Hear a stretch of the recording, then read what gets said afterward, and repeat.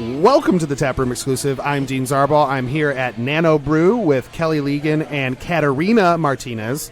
We are enjoying a couple beers and just having a conversation here. Talk a little bit about what you guys do and how you guys got into craft beer. You want to take it first, or do you want me to? You do it. Okay. You're closer. Thank you. Hi, I'm Kelly Legan. I am the events manager over at Masthead Brewing Company. I've been there, it'll be 2 years in June, which is hard to believe that it's been that long already. Nice. Yeah, so it's super fun. But so basically anytime anyone wants to plan any sort of group function, that's where I come involved. Nice. Yeah, so it's been good. And kind of my background, how I got to Masthead. I started in craft beer about 11 years ago. Okay. I worked at a craft beer bar in Toronto, Canada. Oh, nice. So we had 35 taps, 5 casks, which was amazing. So Nice. having like a solid cask program was... That's pretty solid. I miss it all the time. Like all the time. So I worked there for about 4 years. Kind of figured, actually went on vacation to San Diego. Okay. And then thought like, hey, if I'm going to make this beer thing like a reality, like hearing the story of it, like it just became something that actually came out of a tap and like there was people behind it, not just like this, your dad's magical liquid. Yeah, like your dad's beverage that just shows up after he mows the lawn kind of deal. So I was like, if I'm going to like take this and see where it goes, then I'm going to need to move somewhere like a beer mecca. Yeah. So we did. We moved across 2 countries. Wow. And I'm from here originally, so moved to San Diego and then had a lot of really awesome jobs. I worked for the original brewer of Stone. Oh, nice. At Blind Lady Ale House, which is a top 100 beer bar in the country. Oh, cool. So I worked there for a couple years, learned a lot from Lee Chase, just kind of learned a lot from everybody that works there. They were all so passionate and just gave us shit. Am I allowed to say shit? Yeah, if you want. Okay. Absolutely. So that was like really amazing and met a bunch of really awesome people. Decided that I wanted to take my certified Cicerone. Took that, passed that. Then kind of was like, okay, where is this going to take me from bartending? Okay. And became a beer buyer for a restaurant group. So Okay. I bought for about 5 restaurants. And then started doing events and beer pairings and all those fun things that come along with that. And then was like, I kind of really miss a brewery. Yeah. I really miss just like being in the heart of it, in the thick of it. So got a job at a brewery that was opening up called North Park Beer Company.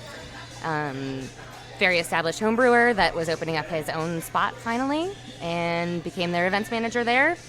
Worked there for a while and then decided San Diego is really expensive. Yes, it is. I might like to buy a house one day Yeah. and have a little yard and, maybe a second bathroom. So I decided, well, I shouldn't say I, my husband and I decided that we were going to move back to Cleveland. And here we are. It's been Nice. 2.5 years, and now I work at Masthead. That Cicerone certification exam, that I did a boot camp actually at Market Garden in the basement. Nice. And I got everything, and I printed out the BJCP guidelines and everything to kind of study. I'm just like, I love beer, and this is just a lot. It's so a lot. Congratulations on It's that. a That's lot. amazing. Because it flustered me, Yeah. to say the least. Yeah. Because I'm not a great test taker, and I'm not I don't like to. I study differently than a lot of people, so just reading it and kind of stuff. This conversation stuff. This is more how I learn. Yeah. And so It's definitely a kudos to you, self-study, man. program, and that's difficult if you don't have the ability to have other people that are involved in taking it with you. Yeah. I was really fortunate that we had a huge crew of people that took it from Blind Lady. Okay. And then it turned into morphing into 4 girls that we all took our level 3 as well. Oh wow. And one of those 4 passed, which is Wow. not me, but that's okay. It's totally fair. I was waiting for you to say, and they're at this table. No. But that's a gnarly But no, exam. that's a huge exam. Yeah. I've heard there's a lot of people who kind of have to retake that one because you can retake it once, or can you retake it? You many can retake times? it as many Okay, times I as didn't you know wanna if there pay was a them. limit on that. I couldn't It's remember. expensive. Yeah. That's the thing. Yeah. And Katarina, how did you get? How did everything come involved with you? Yeah, I moved here. I'm Katarina Martinez. I moved here from Brooklyn, New York. So, New York City, I was there for 7 years. I was a software engineer at Adobe. Okay. Just a little company called Adobe. Never heard of them. Tell me more. No. But before that, I'm from Colorado originally. Okay. So I've been homebrewing my entire existence pretty much from college. I did some stuff with a brewery called Upslope when I was in college. Okay. While I was like homebrewing, I helped them like do some like canning and stuff, and it really got me into kind of the craft beer scene. I think a lot of like nerdy people like me homebrew. It's kind of a nerdy hobby, Yeah. Like you'll see it, like a lot of like type A sort of people. So I just continue to do that. So I've been homebrewing, or I was homebrewing for like probably around 6 years. Okay. And I moved to Brooklyn, New York to take this job. And it was really a part of Colorado that I wanted to keep with me, and I found this homebrew shop, a local homebrew shop just a few blocks away from me called Bitter and Esther's, which actually won National Homebrew Shop of the Year last year at the at HomebrewCon, which is like super awesome. But those guys like really honestly became my huge friend group in New York City. And, we were just nerds together. We started a club called the Brewminaries, which has about 150 members. I'm just like getting used to the Cleveland scene now. I've been here for probably like 10 months or so, but I know that there are homebrew clubs, which is cool. Yeah. Anyway, I will be in touch. I might be part of a new one coming up. Ooh, I need you one. involved. I know. Please recruit me. I want to be a part. I will talk a little bit more off air because I don't know the person who is getting it together. I don't know if he's saying too much yet publicly. Okay. And I don't want to throw him under the bus publicly on the air. Okay. But we will discuss this as soon as I hit Come stop. on. Okay. So it started. No. But yeah, I mean, I was a home brewer, and then I was working at Adobe, and all of a sudden I was like, I don't want to work for this big company anymore. Mm-hmm. And I'm going to start my own brewery, which is either the most dumb thing I've ever done or the best thing I've ever done. And I left the corporate world, and I took all my savings, and I started a little nano brewery in Brooklyn, New York. I started on a 1-barrel system. Wow. Moved up to a 3-barrel system, and then was brewing some like gypsy batches on a 15-barrel system out there, which is actually pretty common in New York City. If you know, like Evil Twin, a lot of these places they gypsy brew. And so I still actually own the license to Line Up. It's called Line Up Brewing. I made a beer called Beyonce once, and I got a cease and desist from Beyonce. So that's like my claim to fame. I heard about that. I think a lot of people did. That was a pretty big, scary thing that happened, but it was fun because I love Beyonce. Well, you're not doing it right if you're not pissing a few people off, right? Exactly. But I'm still a brewer. I moved to Cleveland about 10 months ago. Like I said, my boyfriend is from here. He's a professor at the Cleveland Institute of Music. He's a composer. He teaches math at Case as well. I just needed a change of scenery. I was looking for a new space for the brewery, and all the leases were like 15-year leases, which is pretty common in New York.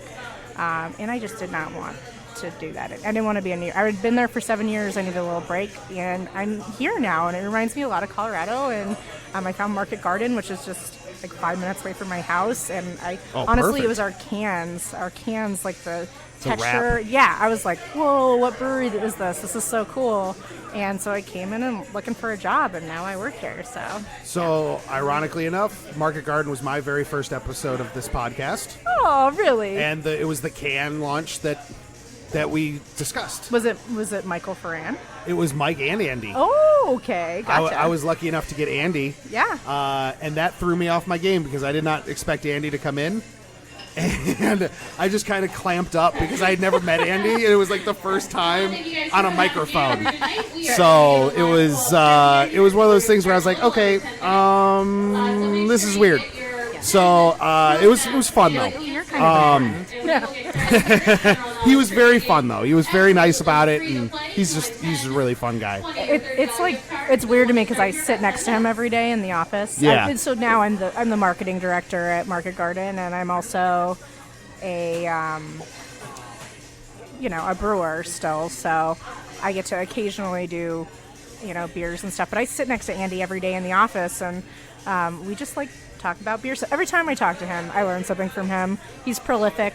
He's a brewmaster. He definitely has more time brewing than I do. So, just very, very impressed with him. So yeah. And so you guys got together pretty recently. You guys started a Pink Boots chapter here in Cleveland, which was sorely missing. And 1000%. I'm really glad because I started liking all the pages on Facebook and stuff, the Ohio chapters, and I kept noticing there was no Facebook page for a Cleveland one. I was like, what the heck? And then I learned quickly that there wasn't one. So thank you, first of all. That's really cool to bring that up here. Talk a little bit about why you guys did that and what Pink Boots is as a whole, and when the beer's going to be coming out. Please, yeah. So I was a part of San Diego's chapter, which is extremely involved. There's 150 breweries in the county, so it's huge. Huge. So there's clearly a lot of women that work in the industry, whether it's on the packaging line, in brewing, in events, in marketing, owners, director of operations. Like, you can pretty much run the gamut in San Diego, and you will find someone that is involved that's a woman. So it was a really important part of, I think, my career path to have other women that, basically understood, hey, we're women in a very male-dominated industry. So, we did a ton of awesome stuff up there. It was a very good networking thing for me, and I know a bunch of other people. Moved here, and I was like, there's not a chapter in Cleveland? Like, this is crazy. There's one in Columbus, one in Cincinnati, and I was like, okay, there needs to be one, but it's a big undertaking. So about a year ago, I was actually talking to Jen over at Der Braumeister about like how I'm going to do this on Valentine's Day. Actually, it was exactly a year ago. And I was like, I'm going to start this chapter. It's going to be awesome. I just can't do it by myself. Right. And then it just so happened that that was December? Yeah. December? At Der Braumeister. At Der Braumeister. Yeah. We were doing the crazy 12 beers of Christmas or whatever there. Yeah, that was 12 15% beers of Christmas. Everybody was hammered. It was crazy. It was wonderful. Yeah. I may have been a little bit, but we ran into each other. And we hadn't met before, and just kind of started talking. She's from New York, had a started the chapter out in New York, and here we are. So yeah, that's awesome. Yeah. And so you guys brewed a beer, or talk about how that process works. So you guys did it yourselves, and then you also sent out the malt bill and all the recipe. Couldn't think of the word. I think, can we back up and just talk about what Pink Boots is? Absolutely. And my apologies. I missed that step. No, totally fine. It was kind of. My apologies. Keep going. Sure. Yeah. Do you want to go where you want? So, like Kelly said, she's coming from San Diego, which is a very important chapter in the Pink Boots Society. And I'm coming from New York City, where we had just launched ours as well, which has a pretty cool beer scene. The Pink Boots Society is a society to advance women in the beer industry. A lot of it is scholarship opportunities. A lot of it is advancement through education. And we ourselves are a 501c3. Pink Boots Society is a 501c3. The Cleveland chapter itself is also a 501c3. Nice. So the whole point is to, anywhere you touch within the beer industry, you can be, a bartender, or you can be the financial director, or, events or marketing or a brewer or any of that. We saw a need in Cleveland to, get the women together, to make sure we have a voice, and we can, help educate and grow within this community as well. Yeah, I think just having a network of women that you can go to, that if anything that you're facing, like, hey, this event didn't really work for me. Like, you're an events planner, and I've seen that you had this pretty much something similar. How did you go about it? Or, as a bartender, just like maybe you want to get into either on the brew team or higher up off of, being in behind the bar every day. Like, this gives you a network of people to be like, hey, how did you go about this? Or like, hey, I need 5 pounds of hops. like help us out. So I think that just having a network, having an education, I always preface that we're not here to bash men. We don't want this society to actually exist. We want this to be an even playing field across the board. Sometimes it just doesn't work out that way. Right. So, our goal is really just to kind of advance women in the beer industry through education. Absolutely. 1000%. Shine a light, say, hey, we're here. Yeah. That's it. And we want to be here. And, the whole reason that Pink Boots came about, it started in 2008, and it came about because there was a need. There was, especially in 2008, there was definitely a need for just someone to listen to any obstacle that anyone faced. And so just to be able to have this community to be able to bounce ideas off of and just listen is really important. So definitely. One of our biggest... Is that you're ready to talk about that? No, yeah. Like I was gonna say, like, and the way we're running it, like a lot of Pink Boots is very much focused on women. And in order to get into the Pink Boots, you need to be working within the industry and be making money. About 25% of your money needs to be, or income needs to be, from a brewery. The way that Kelly and I are running it out here in Cleveland is the same way we ran it. She ran it in California and I ran it in New York City. If you're a woman that wants to learn more about beer, come to these meetings. We're going to be talking about everything. You don't have to sign up. They have amazing scholarships. We want you to sign up if you are in the industry. But if you're not, you're just looking to learn more about craft beer, just be, even just like Cicerone beer server, you study BJCP, which is what I am, like any of that. If that's something that interests you, you just like the styles and you don't know where to talk about that with people, please come. All women, please come. Even honestly, men. We have men come to our clubs. We're not like being exclusive to women or like if you want to come and talk about stuff, please come. Obviously, this is built for women, but we're not trying to limit it to anybody that thinks that this might be an opportunity for them to study for the Cicerone or study. We're not going to be like, oh no, please get out, like Kelly was saying. So absolutely, that's a really cool thing that you guys do with Pink Boots, and I understand that the brew day, the actual release day, of the beer, that's one of the biggest, if not the biggest, fundraising event for Pink Boots for the entire year. Is that right? That's correct.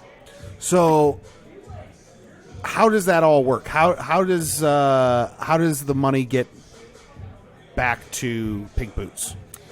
So, I feel like I'm not like in it. I can't hear myself, but that's okay. It wasn't.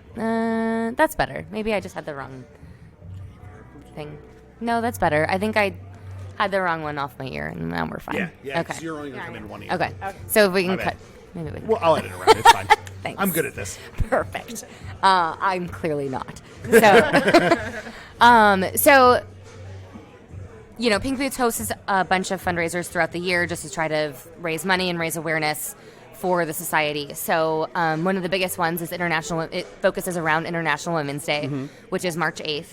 And so YCH Hops has graciously agreed to partner with Pink Boots Society and donates $3 per pound of this amazing hop blend back to Pink Boots. Oh, nice. And then what typically happens is breweries purchase the hop blend and then we'll go and brew a beer with it and then hold kind of like a release and then like some sort of kind of either a tapping of it or can it or do something with it and then donate a portion of the proceeds back to Pink Boots. Oh, nice. And what typically happens is that half of the proceeds goes to Pink Boots' main organization, and then the other half gets to stay in your own chapter. Okay.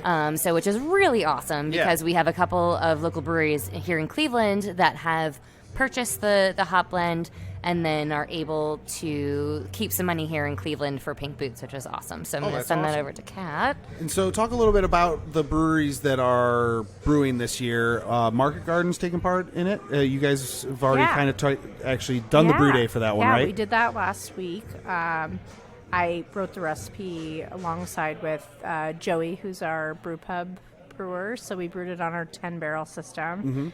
And honestly, coming from New York, I did a classic New England style IPA, especially with the blend that we had. We did use a Burlington yeast, which is something that, Market Garden doesn't generally do most of the time. Okay. We don't do a lot of those like real juicy beers, but I mean, stay tuned because that's changing a little bit for us this year. But in particular for this beer, it felt like I got to take a little bit of home, here and make that beer. And we made that last Tuesday. Nice. And we're going to be dry hopping it this coming week. And then, like Kelly was saying, we're going to release it on March 8th as well. The blend, if anybody, like beer people are out there, it's Azaka, El Dorado, Idaho Gem, and Laurel. And we did, honestly, with this beer, we did some this is going to get nerdy for, I don't know if you have brewers out there, but we're going to do some late additions just for more aroma hop situations. So we're going to do, with that beer, we did a 28-minute addition, and then we did a cold whirlpool the entire way. So, which is super exciting for us. That's not something that we do very often. It's something we just actually made our big 35-barrel brew system able to do as well. So nice. A cold, I don't know if anybody knows this, but cold whirlpool allows you to pull a lot of those same aroma hops without pulling the astringencies from the actual hops. So, when you're looking for an IPA that has, it's has too many hop, it can pull those gross notes that you don't necessarily want. Yeah. You want all the tropical notes. So this beer in particular is going to have a lot of that. So I sent out the recipe to our current chapter, as well as just women who had showed up to be a part of the chapter, but I won't be super explicit on what that says, but honestly, it's a very classic New England style IPA using a very New England yeast, and I am excited about that. Yeah. And the hop blend was made perfect for that. The hop blend is fantastic, so we're super excited to dry hop with it. That's coming next week, and then we're going to have a really cool launch party on March 8th on Nice. International Women's Day for it. And tell the people a little bit about that. If there's events info already out there and where they can go, how they can come and support. Sure. So we're just about to really release a lot of that information, but we're going to have a party. It's going to be like a International Women's Day party, basically. Nice. In the afternoon. So a little bit after brunch. It'll be like a brunch sort of beer turnover to the afternoon of this really great New England style IPA. I keep saying it that because I have not given it a name, but I really want to give it a really awesome feminist name, but I haven't been able to think of one yet. But we're going to, at Market Garden, we're going to be donating $1 a pint to the Pink Boots Society, Nice. which, as Kelly mentioned, half of it goes to the Pink Boots Society, and half of it actually comes home to the Cleveland chapter, which is super important for us to be able to, educate the women here that are a part of our chapter on all sorts of things. So it'll be really, really important for everybody to show up. We're excited. We hope everybody gets to show up for it. Yeah, absolutely. I'm really excited to come out and try it, and there's a lot of buzz already online about it, which is nice. And I think it's going to be I think it's a great thing that Cleveland's finally getting behind, and I really wish nothing but success for you guys. So, Thank you. There's also, I just want to add on that there's a couple other breweries that are also partaking in this hop blend and brewing a beer for Pink Boot Society.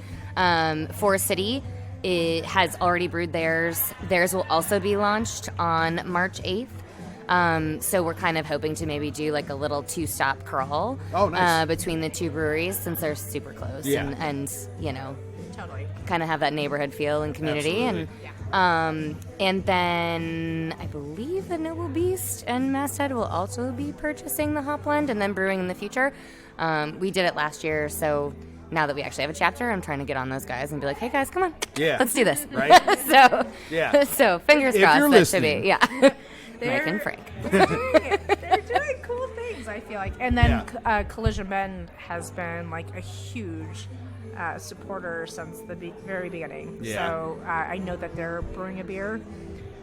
It's weird. Sometimes for International Women's Day, it's International Women's Brew Day, which is March 8th. So like sometimes those beers are actually being brewed on March 8th and then released a little bit later. So for sure on March 8th, the Market Garden and the Forest City beer are going to come out. The other two will come out probably a little bit later, but just know that if you do buy these beers, you are supporting the Pink Boots Society, which is amazing for us. Nice. Anything else that I might be forgetting in regards to Pink Boots that you want to get out, or the beer? Yes. So our first actual official meeting, because we only had 2 inaugural kind of informational meetings in January and February, but our first official meeting is going to be March 11th, which is a Wednesday at 6 o'clock at Noble Beast. Jolynn is going to be discussing all of her ownership and director of operations amazingness that she does day in and day out, and manning a brewery and starting a brewery from nothing and having a family and like all of those things that kind of come along with that brewery family and actual family. So there's a lot that gets involved. So we're excited to have her be on board for our first meeting. So that's 6 o'clock on Wednesday, March 11th. And Very again, cool. everyone is welcome. So come on out. Very cool. Whoever you are. Yeah. Yes, if you're interested, please come. Yeah. I really appreciate you guys taking the time to talk about Pink Boots and get the word out, because I think it's something that people need to hear more about. And in the future, if people wanted to take part in this, how would they go about doing that?